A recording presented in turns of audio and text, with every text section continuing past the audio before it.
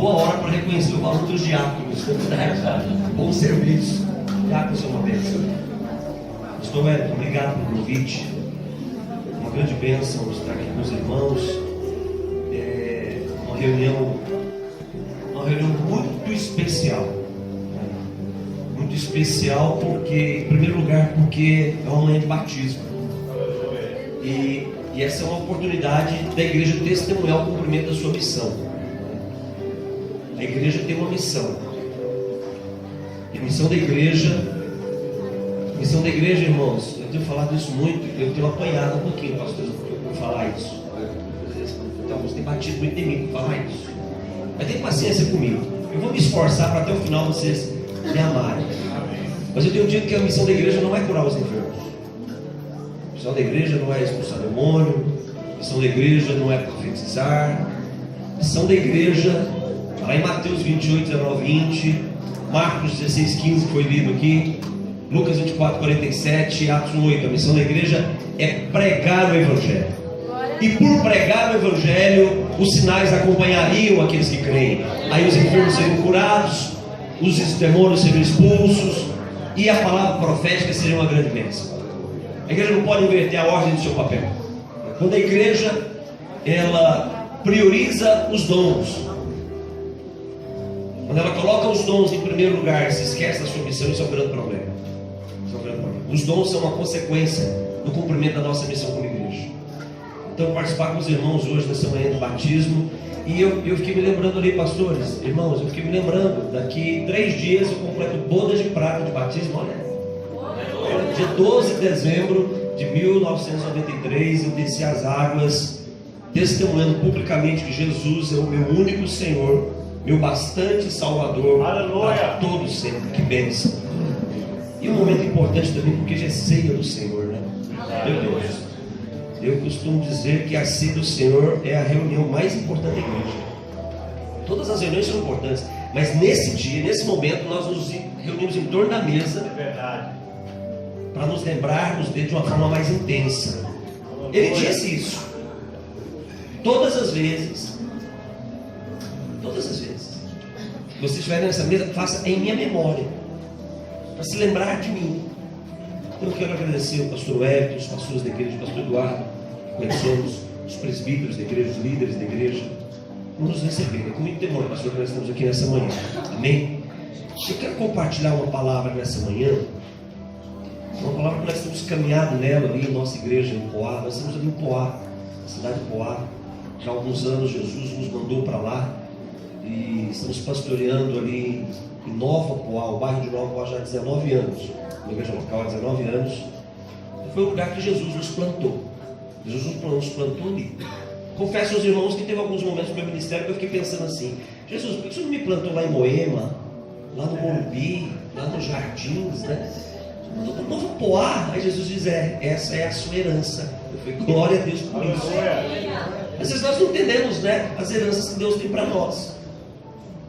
Alguns lugares, nós não percebemos o poder de alguns lugares que Jesus nos planta. Jesus sabe o que está fazendo. Nós olhamos para a história da igreja apostólica, nós vamos ver uma igreja muito significativa, muito relevante na história do período apostólico, da igreja primitiva, que foi a igreja de Antioquia. A igreja de Antioquia, irmãos, ela não era uma igreja de multidão. Não era uma igreja de multidão. Ela era uma pequena igreja. Ela estava num pequeno espaço. Há uns anos atrás, eu fiz uma viagem para África e a minha rota era Europa, então eu gastei alguns dias na Europa e eu queria conhecer Antioquia, esse lugar. Eu quero conhecer esse lugar. Onde é que nasceu esse negócio? Eu quero ir lá. Eu preciso ver esse negócio.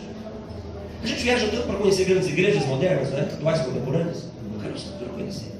E a igreja de Antioquia era uma igreja que ela era incrustada, irmãos, nas rochas, numa montanha.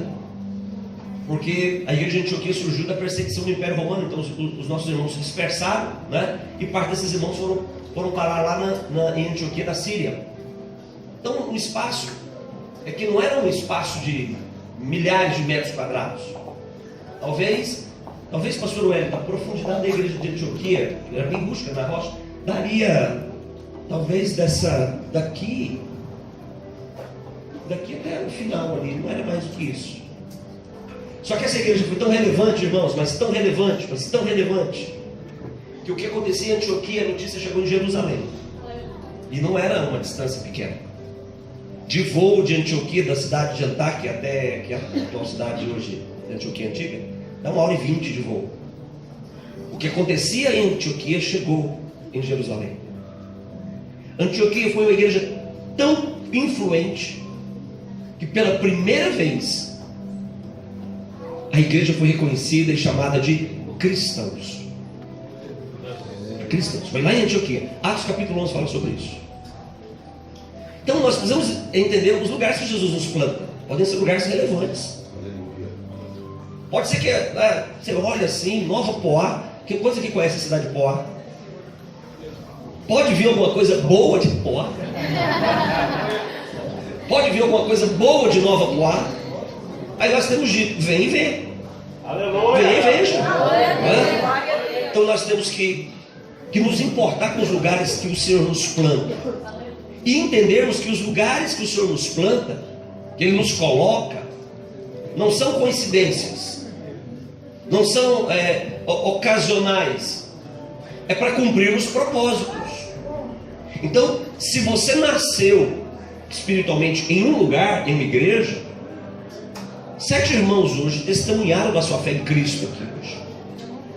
Então vocês têm uma certidão de nascimento, um lugar de nascimento. Pastores, eu acredito muito nisso. Eu acredito muito nesse negócio de honrarmos os lugares que nós nascemos. De honrarmos. Hoje está na moda, né? Ex-marido, ex-esposa, ex-emprego, ex-trabalho. E tem também por aí meu ex-pastor. Cuidado com essas coisas. Temos que honrar os nossos começos. Porque quando nós desonramos os nossos começos, nós perdemos a oportunidade de sermos abençoados por Deus. E eu quero dizer para vocês que eu quero ser abençoado por Deus. Olha, eu preciso. Porque se eu não for abençoado por Deus, eu vou ter problemas. Só que o Senhor, Ele só pode abençoar aquilo que você faz de acordo com a vontade dEle. Ou seja, se não tiver uma ação nossa que concorda com a vontade dEle, Ele não vai nos abençoar. Não tem como Ele nos abençoar. Eu tenho estudado nos últimos dias, nós estamos construindo um material, que são atitudes que prosperam. Mas assim, prosperidade fora da perspectiva financeira, porque prosperidade é muito maior do que ter dinheiro. Uma boa palavra, talvez, um bom texto para nos fazer, para entendermos o que é prosperidade, talvez seja o Salmo 23, versículo 1. Verdade. O Senhor é o meu pastor e nada me falta. Talvez isso nos ensina o que realmente é prosperidade. É termos uma família abençoada, um casamento saudável, filhos felizes, alegres, íntegros ao redor da nossa mesa. Termos uma vida emocional equilibrada, firme, uma vida espiritual correta, reta diante de Deus. Um ministério produtivo, saudável e crescente. Uma vida profissional que nos provoca realização e nos dá sentimento de cumprimento de propósitos. Isso é prosperidade. E eu tenho percebido algumas atitudes que não permitem que nós, por exemplo, sejamos prósperos. São atitudes pequenas, mas a verdade é essa: ninguém tropeça numa montanha.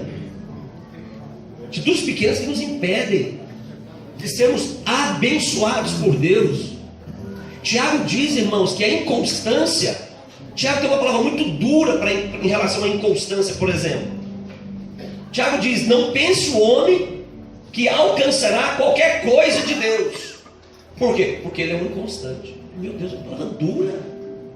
Ou seja, eu posso estar orando, clamando, buscando, mas não receber nada de Deus. Por quê? Porque apesar de orar, buscar, eu sou inconstante. Sou volúvel, sou instável. Meu Deus. Submissão. Outra palavra que eu estava estudando essa semana que mexeu comigo. Quando o autor do livro de Hebreus diz que o nosso Senhor, o nosso Jesus, Ele buscou o Pai. O texto de Hebreus diz: Ele buscou o Pai com oração, com súplica, com gritos e com lágrimas, para que aquele que pudesse livrá-lo da morte pudesse livrá-lo. E o Pai só o livrou da morte porque encontrou em Jesus um coração reverente e submisso. Meu Deus! O Pai só livrou o Filho porque encontrou no Filho um coração submisso. Aleluia! Então, eu fico olhando esses valores, aí eu começo a me preocupar. Aí eu começo a pensar, meu Deus, eu preciso me converter de verdade. Porque às vezes pensamos que está tudo certo, não é verdade? E aí você vai para alguns textos bem pontuais nas Escrituras, e você percebe que algumas coisas precisam acontecer na nossa vida. Tem outro texto de Tiago que diz assim: não vos queixeis uns dos outros.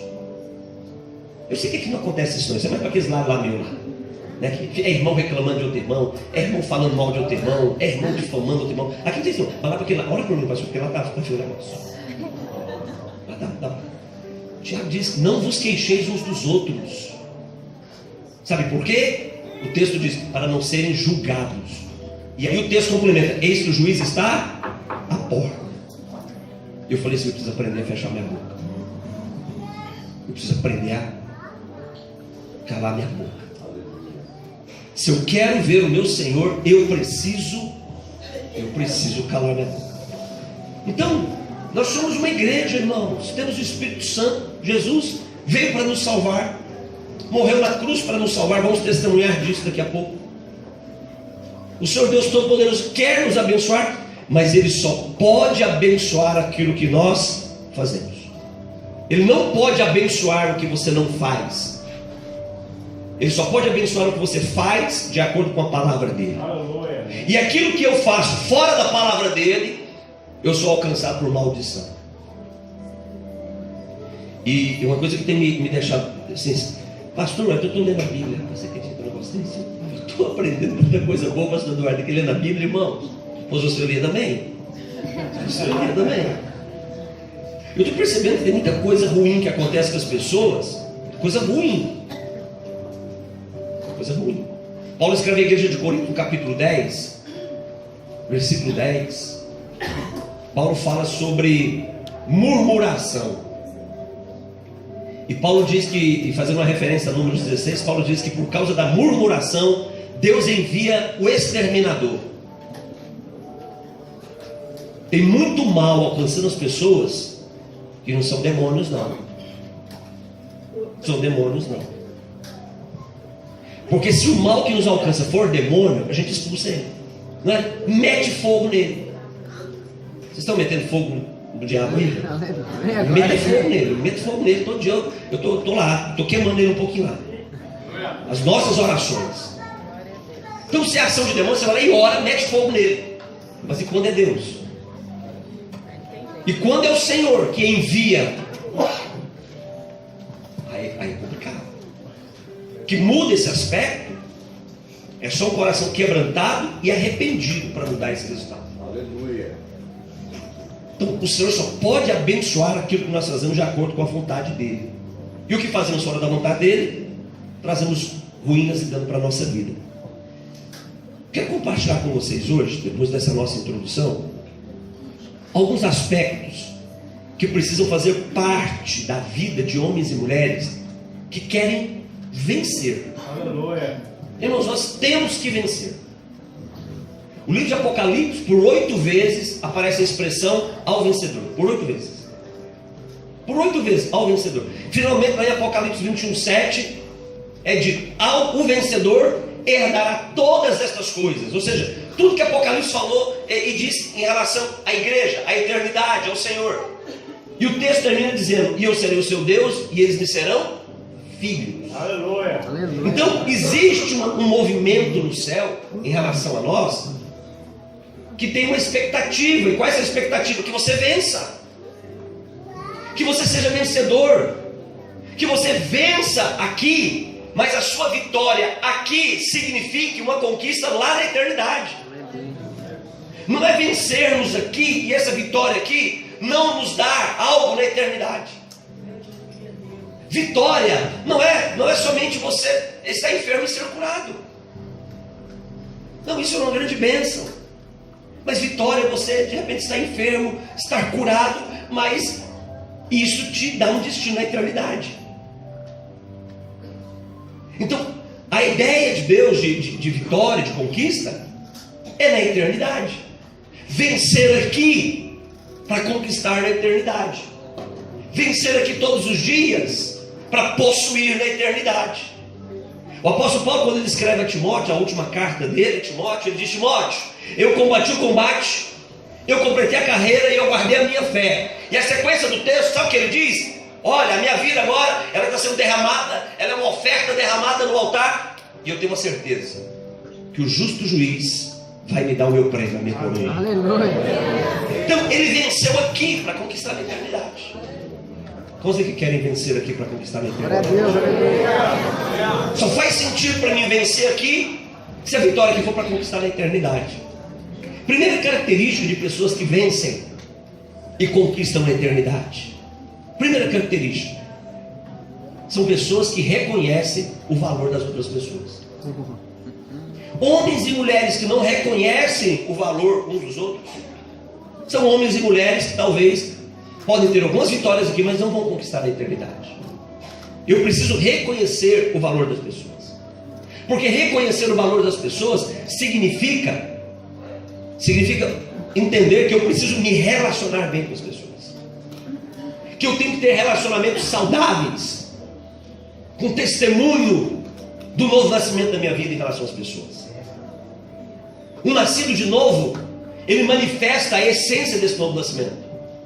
O nascido de novo, ele manifesta características de quem nasceu de novo.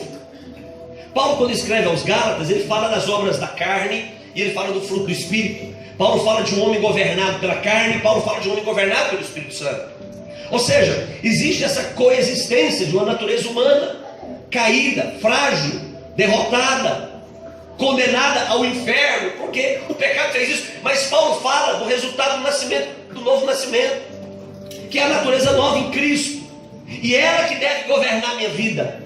Deixa eu lhe dizer, um homem nascido de novo, uma mulher nascida de novo, são homens e mulheres que sabem se relacionar uns com os outros. Sabe por que eles devem saber? Porque eles têm um Espírito que habita neles. Esse Espírito é o Espírito de Deus, e o Espírito de Deus tem características que definem saúde para os nossos relacionamentos. Se você pegar Gálatas 5:22, você vai ver Paulo definindo o Espírito Santo. Quando ele diz: olha, esse é o fruto do Espírito Santo, esse é o resultado. E o fruto do Espírito Santo é paz, é amor, é alegria, é bondade, benignidade, fidelidade, mansidão, domínio. Todas as características que aperfeiçoam os nossos relacionamentos. São 9 características. Pessoas que vencem e que conquistam para a eternidade são pessoas que reconhecem o valor das outras pessoas. Eu nunca vou valorizar as pessoas, me relacionar bem com as pessoas, pastor, se eu não reconhecer o valor delas. E deixa eu te dizer uma coisa: quando eu não tenho habilidade para me relacionar com as pessoas, fica tranquilo, você também não vai saber se relacionar com Deus, porque é incoerente. O apóstolo João, ele coloca um valor muito grande nessa questão do nosso relacionamento, dos nossos relacionamentos interpessoais e do nosso relacionamento com Deus. Ele diz o seguinte: se você diz que ama a Deus, que não vê, e não ama o teu próximo que você vê, você é um mentiroso. O verbo amar no grego é agapau. É agapau. É a forma de definir como Deus ama. Por isso que esse texto é muito duro. Ali Paulo não está falando do amor entre irmãos, entre pessoas, mas Paulo ali está falando do amor de Deus. João está falando do amor de Deus. João está dizendo: se você diz que ama a Deus, que não vê, e não ama o teu próximo, como Deus ama as pessoas que você vê, você é um mentiroso. Então existe uma obrigação nossa de nos relacionarmos bem com as pessoas. E um testemunho de que nós nos relacionamos bem com as pessoas é quando nós reconhecemos o valor das pessoas. Pessoas que conquistam a eternidade são pessoas que reconhecem o valor das pessoas, apesar de. Porque é fácil reconhecer o valor das pessoas que fazem o bem para nós, que nos ajudam, não é verdade? Que nós temos empatia, que nós nos conectamos, né? Aqui não tem isso não, mas porque esse lado lá meu, tem gente na igreja que fala assim: pastor, aquele irmão ali, ó, não dá, eu não engano. Eu convivo com ele, pastor, mas é melhor ele lá e eu aqui. Então ore por nós, tá, irmãos? A guerra está travada. Está tenso. Então, os nossos níveis de conquista dependem da nossa habilidade de reconhecermos o valor das pessoas, apesar delas errarem conosco. Apesar delas não responderem da forma como nós queremos. Não é porque as pessoas não agem como nós queremos que nós temos o direito de não respeitarmos e considerarmos essas pessoas. No Evangelho de João, capítulo 1, você vai ver uma história muito bonita. Natanael, Filipe se encontra com Natanael. Quando Filipe se encontra com Natanael, Filipe diz assim: Natanael, nós encontramos ele. Quem, menino? Ele, aquele a respeito de quem Moisés falou a respeito, aquele de quem os profetas profetizaram, o Messias, nós encontramos ele. Qual foi a resposta de Natanael para Filipe? De onde que ele vem? Ele é de Nazaré. E Natanael, ih, rapaz, Nazaré, não tem nada que presta naquele lugar lá não. Mas isso é palavra dura. Natanael julgou sem conhecer. Natanael atribuiu um juízo de valor depreciativo sem conhecer. Quantas vezes nós fazemos isso, irmãos? E aí, legal, acabou aquela conversa. Quem vem chegando? Quem vem chegando? Ele vem chegando. Jesus vem chegando. Quando Jesus vem chegando, Jesus vê de longe. Quem que ele vê? Jesus vê Natanael. Aí Jesus fala para os discípulos: olha, ali tem o verdadeiro israelita. Aleluia. Ali tem um homem que no coração dele não tem ação dolosa, não tem maldade, não tem premeditação. Ali tem um homem valioso. Oh, vem cá, Jesus está falando isso a respeito de um homem que momentos antes havia dito que Nazaré não tinha nada que prestasse.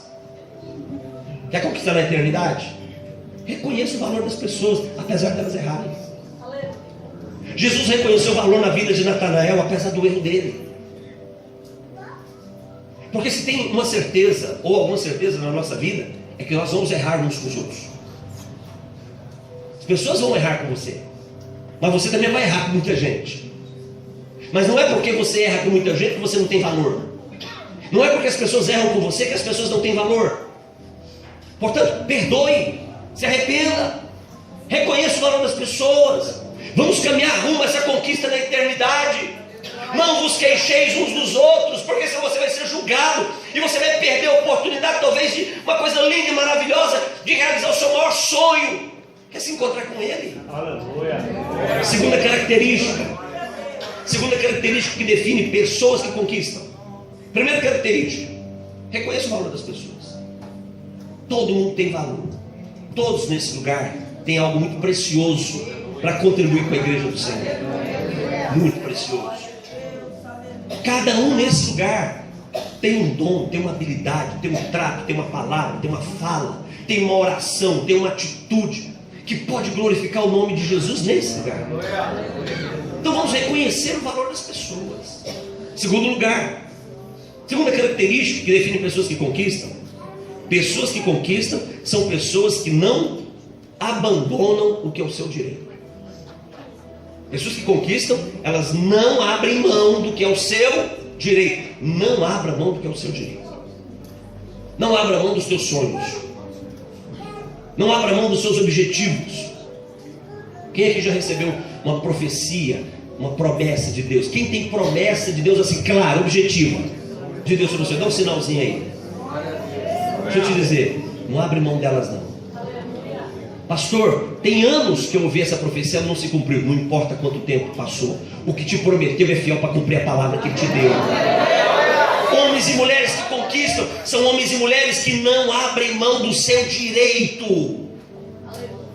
Você tem o dever de perseverar. Você tem o dever de permanecer. Eu tenho o dever de insistir, porque a perseverança amadurece a minha vida diante das minhas lutas, e é essa perseverança que vai me dar o direito de viver cada promessa que Deus fez a meu respeito. Homens e mulheres que conquistam na eternidade são homens e mulheres que não abrem mão do seu direito. Deus disse que vai abençoar a sua família. Fica firme, Ele vai abençoar. Pastor, eu não estou vendo a menor possibilidade. Você não caminha por possibilidade, você caminha por promessas de Deus. Você não caminha por hipótese, você caminha pela palavra de Deus. E Deus não mente, Deus não falha naquilo que Ele promete. Homens e mulheres que conquistam a eternidade são homens e mulheres que não abandonam o seu direito. Se você não persevera hoje naquilo que você crê que é seu direito, fica tranquilo, você nunca vai ter fé para alcançar. Você persevera para ter a fé. É o contrário, tem gente querendo fé para perseverar. Não está errado o processo. Você não vai receber fé para perseverar. Não, você persevera e por perseverar você constrói fé. Paulo nos ensina a respeito disso. Que eu permaneço, eu persevero, construo experiência, a experiência constrói esperança.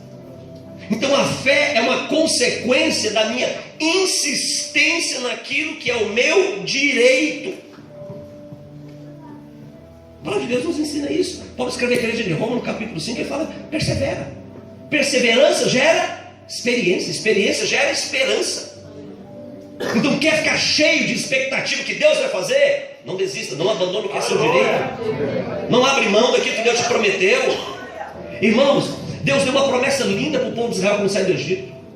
Pegou Moisés, levou ele para o alto da montanha e falou assim: Moisés, olha, onde a tua vista alcançar é o que eu vou dar.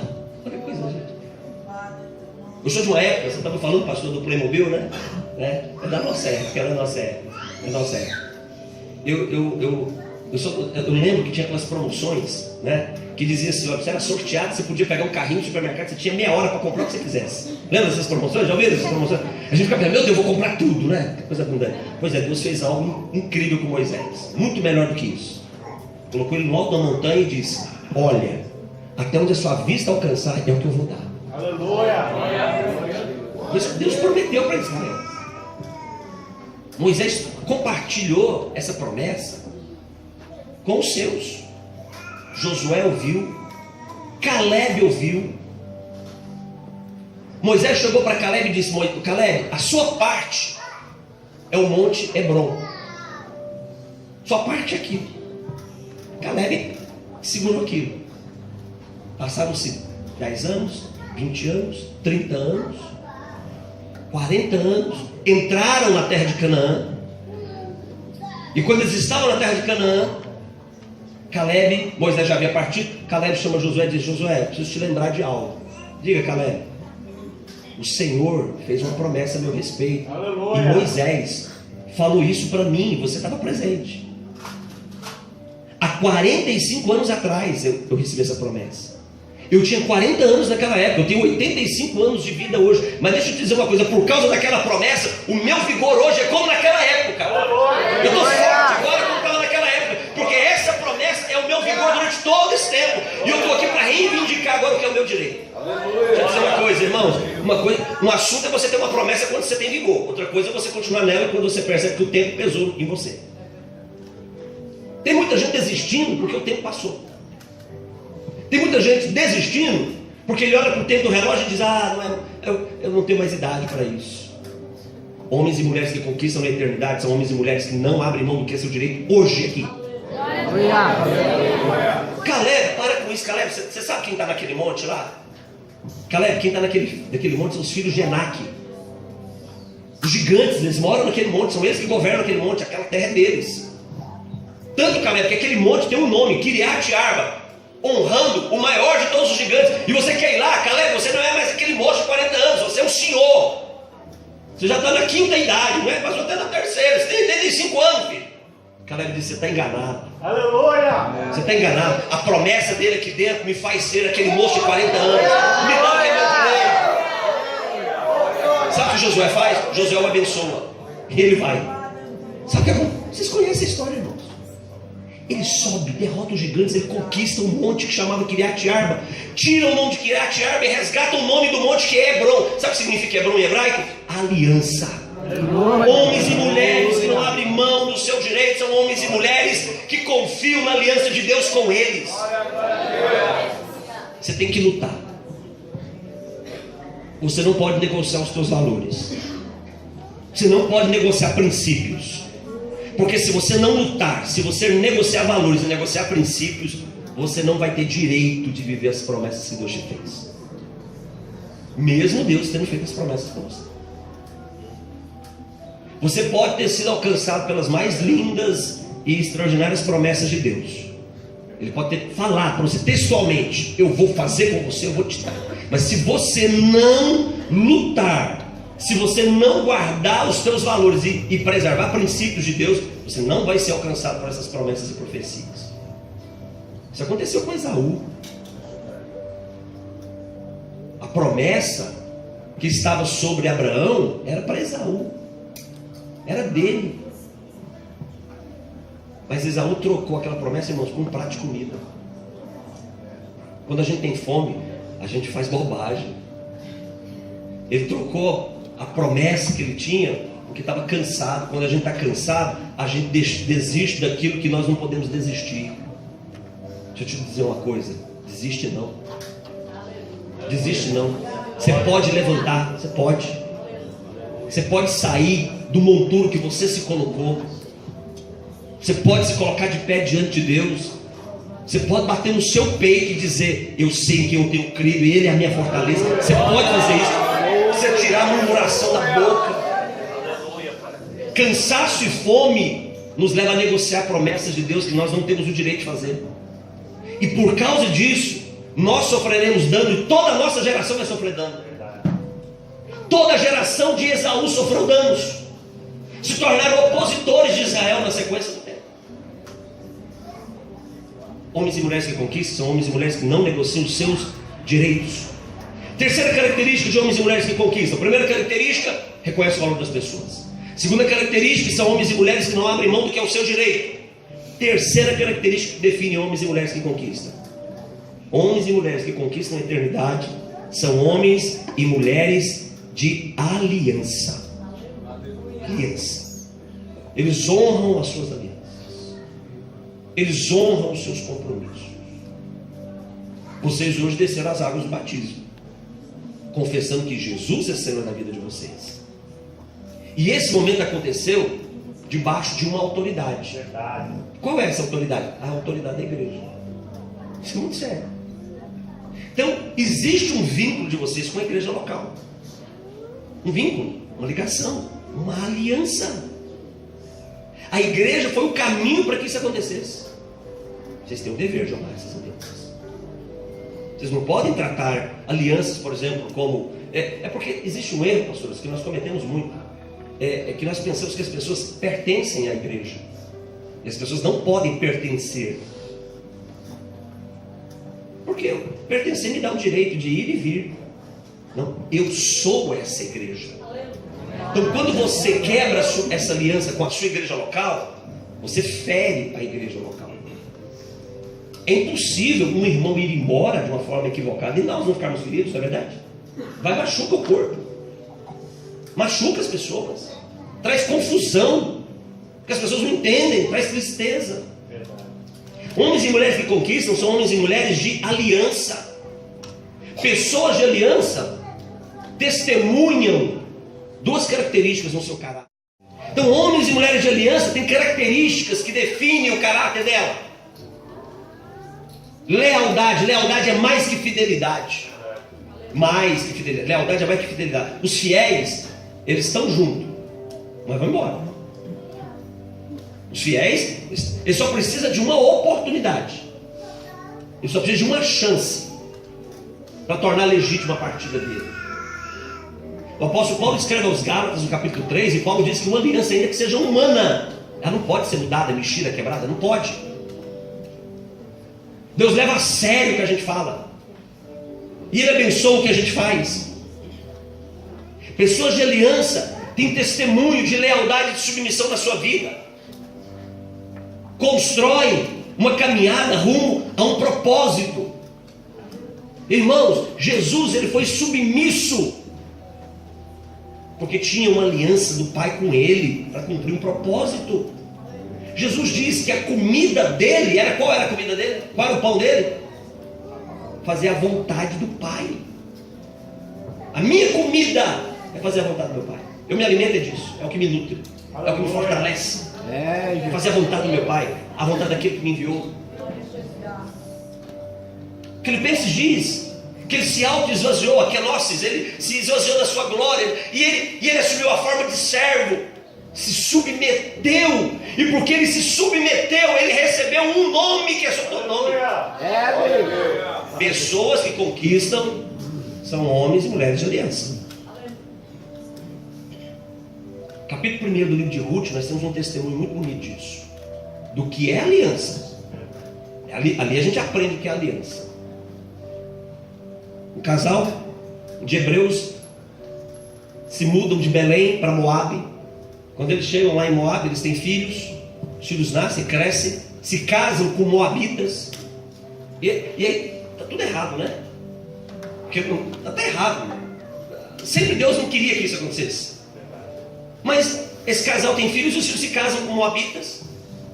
Aí vem um período muito difícil. O marido, o patriarca, morre. Fica só a mulher, a esposa, Noemi, agora viúva. Logo depois o que acontece? Porque não tem nada ruim que não piore, fica tranquilo, você tem que permanecer. Se você pensa que está ruim, segura, aperta o cinto, porque pode ser que piore. Não é nada ruim que possa ficar pior. Então não murmura. Dá glória a Deus, para a misericórdia de Deus te alcançar, nos alcançar. Não murmura não. Porque quando começa a murmurar pensando que está ruim, vai piorar. Então, Noemi viúva, o que acontece? Os dois filhos dela morrem também. Aí os dois filhos morrem, aí ficam três. Se uma viúva já era um problema, imagina agora 3 viúvas. Aí fica viúva Noemi, fica viúva órfã e fica viúva Ruth. Noemi chega para suas noras, viúvas, e diz: ó filhas, eu já estou lascada já. Meu amor partiu. Mas tudo bem, meu dia está acabando. Mas vocês são jovens. Vai lá, toca a vida de vocês, casa de novo, constitui família, né? Sejam felizes, abundantes, tenham filhos. Fica comigo não. Porque ainda que vocês ficassem comigo, eu me casasse de novo, até eu ter filho, até esses filhos crescer, quando eles não iam querer vocês. Eles já estavam, não ia querer. Não, vai tocar a vida de vocês. Vai tocar a vida. Porque aí órfã era fiel. Órfã era fiel a Noemi. Órfã chorou, irmãos. O texto diz: chorou. Ela foi embora. Ela chorou e foi embora. Mas teve uma outra mulher que ela escolheu dizer algo. E ela disse o seguinte, lá no versículo 16 e 17, capítulo 1 de Ruth: não insista para que eu te deixe. Aleluia. Não me obrigue para que eu não te siga. Glória. Porque aonde você for, eu irei. Onde você pousar, ali pousarei eu contigo. O teu povo é o meu povo. O teu Deus é o meu Deus. Onde quer que você morra, eu morrerei, e ali eu serei sepultada contigo. E me faça o Senhor o que bem lhe aprover, se outra coisa que não seja a morte me separar de ti. Aleluia. Ela podia ter ido embora, mas ela não foi embora. Ela ficou com Noemi. As duas voltaram para onde? Para Belém. O Senhor levou elas de volta para Belém. Aí quando elas chegam lá, elas chegam em qual condição? De mendicância. Elas mendigavam, porque elas respigavam a colheita. Então vinham os colhedores, né? E os grãos que caíram para fora do caminho, elas catavam. Era mendigar naquela época. Eu sei o que é isso, porque eu já fui morador de rua. Então eu sei o que é. É a mesma coisa delas. Mesma coisinha. Só que um dia, irmãos, Ruth estava respigando, mendigando. E sabe quem chegou? O dono da terra. O dono da colheita. E quando ele olhou para aquela mulher, o coração dele se apegou a ela. E ele procurou saber agora o que ele podia fazer para ter aquela mulher para ele. Aí ficou sabendo que ela era viúva, descendente. E ele precisava então resgatar ela. Foi atrás. Quem tem o direito de resgatar? Procurou. Você quer resgatar? Eu quero. Não, eu vou resgatar aquela mulher. Eu vou trazer ela para minha casa. Aleluia. Nós estamos falando, irmãos, de uma moabita. De uma moabita. Boaz se levanta então, resgata ela, traz ela para sua casa, faz dela sua esposa, se une a ela, tem um filho. Qual é o nome do filho? Obed. Obed tem um filho. Qual é o nome desse filho? Jessé. Jessé tem filhos. Dentre os filhos de Jessé tem um filho que é extraordinário e diferente de todos, chamado Davi, o maior rei da história da nação de Israel. E da descendência de Davi nasceu o meu Salvador e o teu Salvador. Só quero te lembrar. Sabe onde começou essa história? Sabe onde começou essa história? Não insista para que eu te deixe. Não me obrigue para que eu não te siga. Aonde você for, eu vou com você. Onde você pousar, eu pousarei junto. Teu povo é o meu povo, teu Deus é o meu Deus. Aliança. Agora deixa eu te fazer uma pergunta, pastores. Me conta alguma coisa de órfã. Me conta o que foi, me fale alguma coisa dela. Me fale mais, o que aconteceu dela, por onde que ela foi, o que aconteceu, quais foram os atos dela, qual o legado. Alguém sabe alguma coisa de órfã? Mas ela foi fiel. Mas foi embora. Ficou órfã, né? Órfã de história. Pessoas que conquistam na eternidade, em primeiro lugar, são pessoas que reconhecem o valor das pessoas. Em segundo lugar, são homens e mulheres que não abrem mão do seu direito. Aleluia. Mas em terceiro lugar, pessoas que conquistam na eternidade são homens e mulheres que protegem, que cuidam das suas alianças. Aleluia. Deus tem facilidade para abençoar homens e mulheres de aliança. Facilidade. Não tem dificuldade. Não tem dificuldade. Quarta característica que define quem conquista na eternidade: são pessoas que não se intimidam. Quer conquistar na eternidade? Você não pode se permitir ser intimidado. Você tem que ser firme. Você tem que ficar de pé. Você tem que olhar no olho das suas adversidades. Você tem que encarar as lutas que você enfrenta de cabeça erguida. Você tem que olhar para as circunstâncias que querem destruir a sua vida com autoridade, com confiança, com intrepidez. Você não pode se permitir ser intimidado. Deus. Quantas pessoas aqui estão sendo definidas pelos problemas que estão vivendo? Quantas pessoas aqui nessa manhã estão sendo definidas pelas lutas que estão vivendo? Deixa eu te dizer, as suas lutas e as suas dificuldades não podem dizer quem você é, não. Quem diz quem você é a fé, é o Deus que você crê em ser todos os seus dias. É Ele quem define quem você é. Você não pode ser explicado pelas afrontas que você recebe. Você não pode ser definido pela vergonha que tem te assolado há tanto tempo. Você tem que definir o lugar que você vai ficar, e você não pode se permitir ser intimidado. Irmãos, Israel ficou 40 dias. 40 dias. Meu Deus, Israel era um povo abençoado por Deus. Aí Saul acampa no vale Azeca, que era uma, assim, ele não acampou no vale, acampou nos montes de Azeca, montanha aqui. Os filisteus se acamparam no outro monte. Aí tinha um vale. 40 dias descia do monte dos filisteus um homem de 2,99 m. Todo dia ele afrontava o exército de Israel. Todo dia. E aí? Tem valente aí? Se tiver valente, desce, luta comigo. Se me vencer, somos teus servos e escravos. Mas se eu vencer, vocês vão nos servir. Ninguém desceu. Um dia, 2 dias, 5 dias, 15 dias, 20 dias, 35 dias, 40, no 40º dia, Jessé chama o seu filho, fala: Davi, seus irmãos estão no campo de batalha, vai levar comida para eles. Leva comida para eles, que eles estão com fome, eles precisam de comida. E Davi pegou a comida, pegou a marmita, foi marmiteiro, ó. Um marmiteiro. Pegou a marmita e foi. Quando Davi chega, irmãos, ele chega na hora que o gigante está lá no vale afrontando o exército de Israel. Quando Davi percebe, ouve aquilo, ele fica indignado dentro disso. Indignado. E fica revoltado. Como isso? O que está acontecendo aqui, gente? Quem é esse incircunciso aí?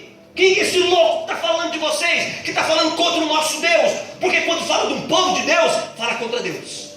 Quando afronta homens e mulheres de Deus, afronta Deus. Lembra de Senaqueribe, quando mandou o general dele diante dos muros de Jerusalém falar para desanimar o povo de Israel, né, no tempo de Ezequias? Deus deu a resposta: não, ele não está falando de vocês, não, ele está falando de mim. Deixa que eu resolva essa parada aí, está tudo certo. Deixa Jesus resolver o seu caso. Deixa ele resolver, mas para ele resolver, você tem que assumir o seu convite, não se deixar intimidar.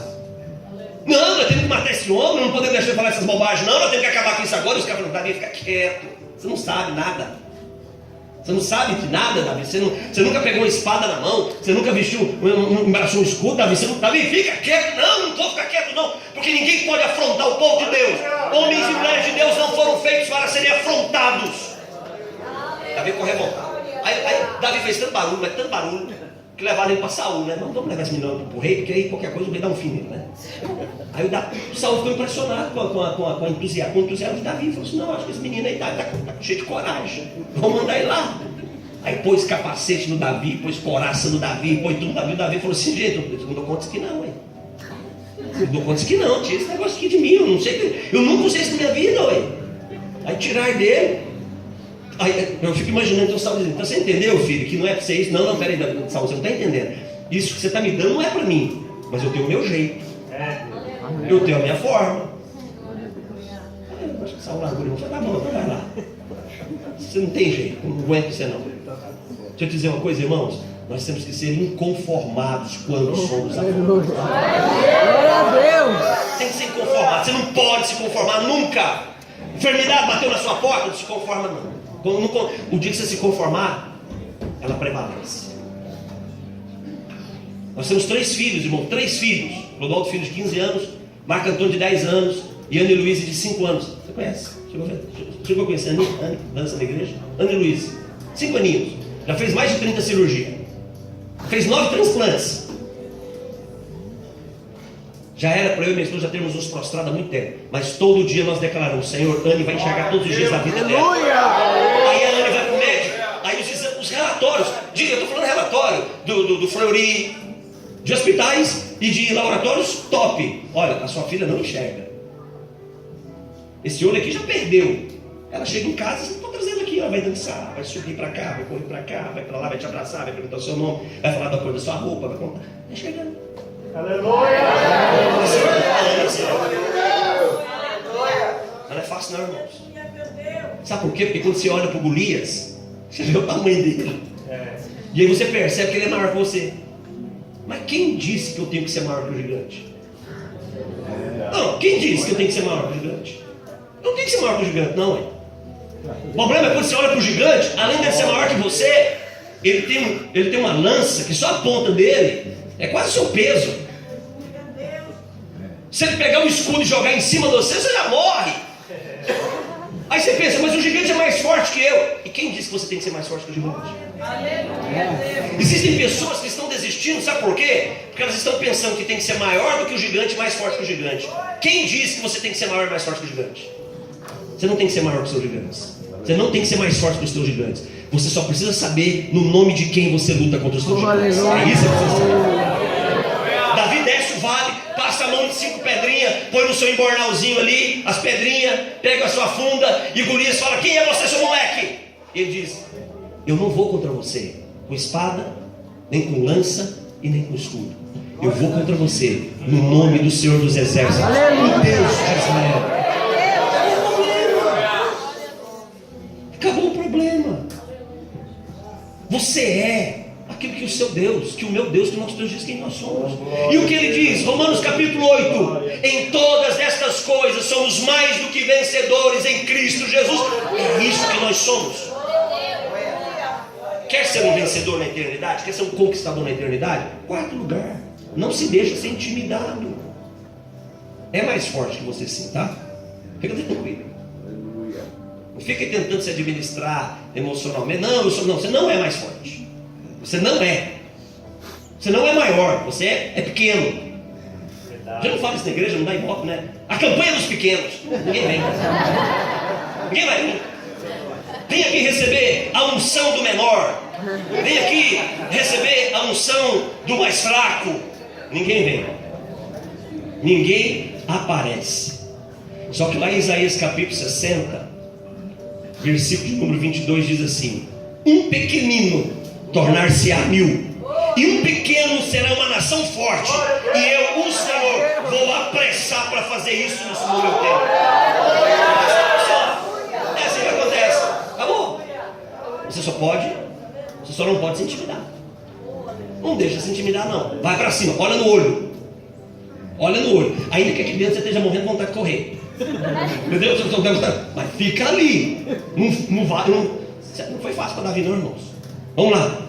Vamos avançar que eu preciso concluir. Eu tenho 12, deixa eu diminuir 11 minutos para terminar. Primeira característica de pessoas que conquistam: são pessoas que reconhecem o valor das pessoas. Segunda característica de pessoas que conquistam: são pessoas que não abrem mão do seu direito. Terceira característica de pessoas que conquistam: são homens e mulheres de aliança. Quarta característica de pessoas que conquistam: não se intimidam. Quinta característica, gente, essa aqui é, você tem que ter isso aqui. Eu preciso ter isso aqui. Eu estou lutando para ter isso aqui. Desenvolver todo dia. Se você quer conquistar na eternidade, vencendo aqui para conquistar na eternidade, você não pode enxergar como gente comum enxerga. Se você quer conquistar na eternidade, você não pode ver o que gente comum vê. Você tem que enxergar além. Você tem que ver adiante. A sua visão não pode ser local, ela tem que ser expandida. Quando você enxerga o que gente comum enxerga, sabe o que você vive? Resultados de gente comum. Quando você enxerga o que gente comum enxerga, você sente o que gente comum sente. Deixa eu te dizer uma coisa: tudo que você ouve e tudo que você vê desperta um estado emocional, sabia disso?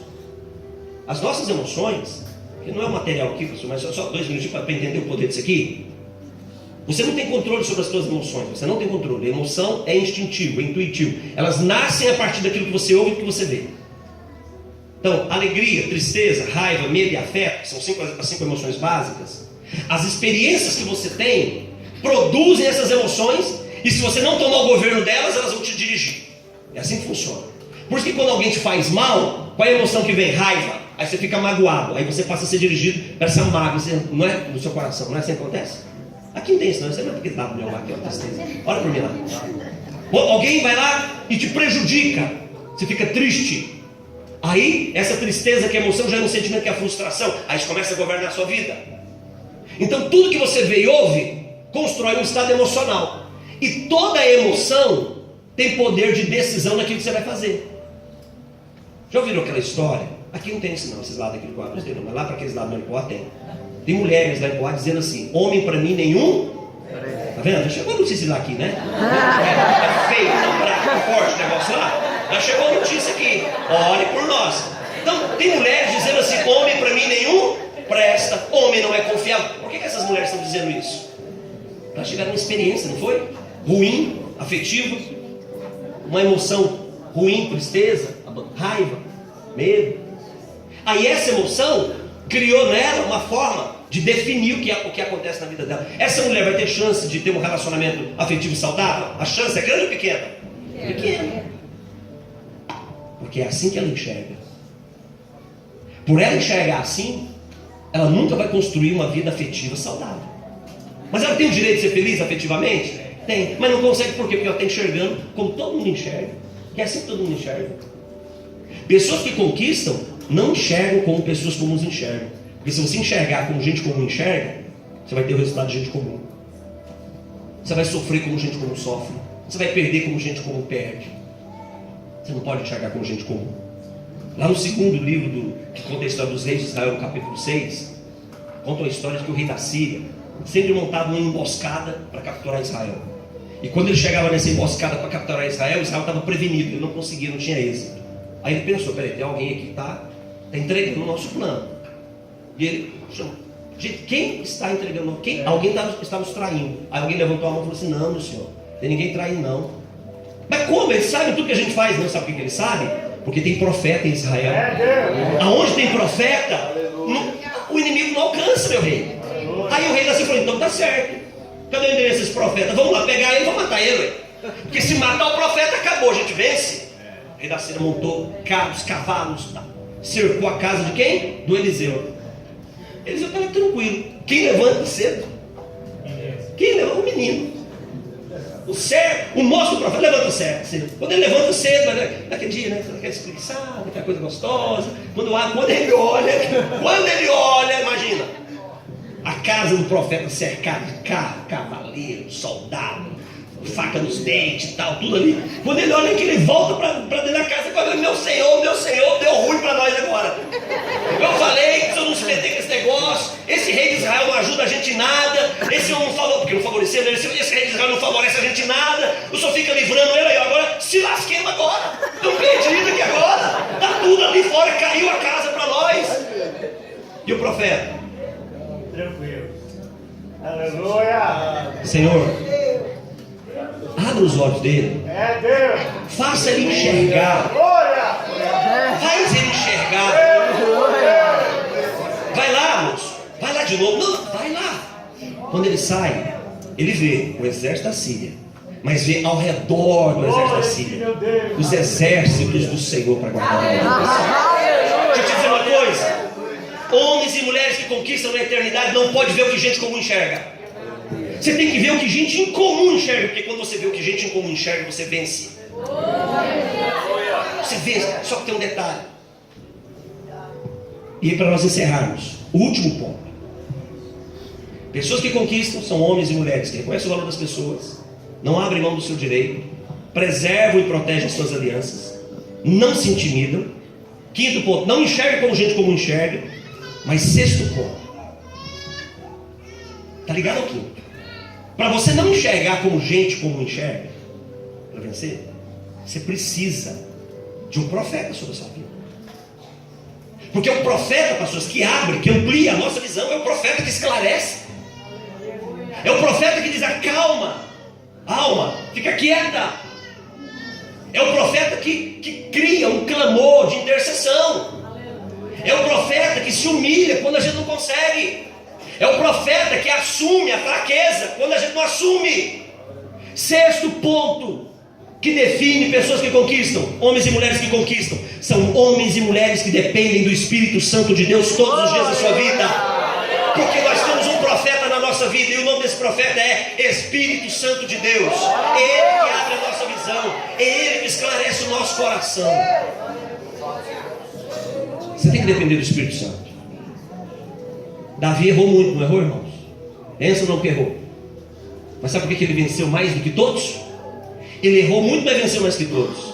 Porque ele tinha uma oração na sua boca: não manda embora, não me repulses da tua presença, e nem tira de mim o teu Espírito Santo. Homens que conquistam são homens e mulheres que dependem do Espírito Santo. Irmãos, eu estou aprendendo sobre isso aí. Estou aprendendo, eu quero aprender, eu preciso aprender, pastor, eu preciso aprender isso aí.